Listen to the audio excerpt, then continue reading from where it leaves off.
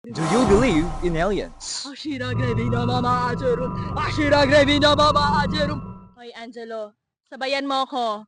Ashira Grevina Mama Ajerum! Ano ba yan? Walang cooperation eh. Kaya hindi binabalik si Oble. Hay!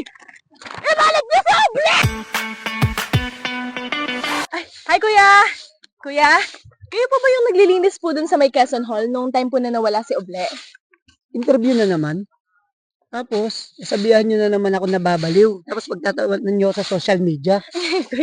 Kuya naman, wala pa nga eh. Promise po kuya, we won't make fun of you. Basta, tulad lang ng sinabi ko noon sa iba.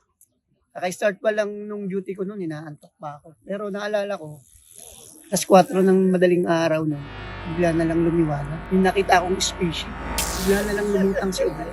Eh kuya, saan po napunta yung spaceship? Sobrang bilis lang eh. Boom, wala na. Okay, so now we're gonna talk to Aling Mirna, who apparently saw the blinding lights that night.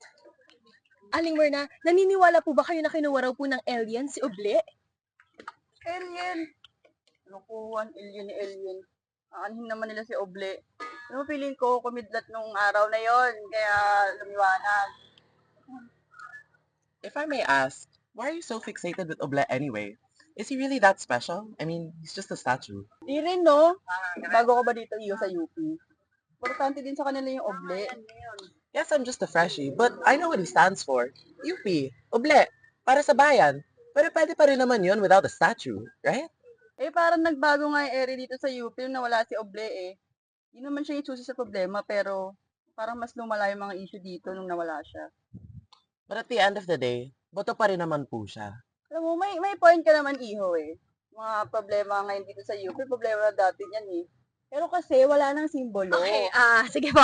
Parang may point naman po kayo parehas, no? Tama naman yung point nyo, pero ang layo na po natin sa usapan. Ay, ang dami-daming problema. Puro na lang si Oble. Pero ikaw ba, Angelo? Angelo? Angelo? Wait! Nasaan si Angelo? Angelo! Angelo! Nagjo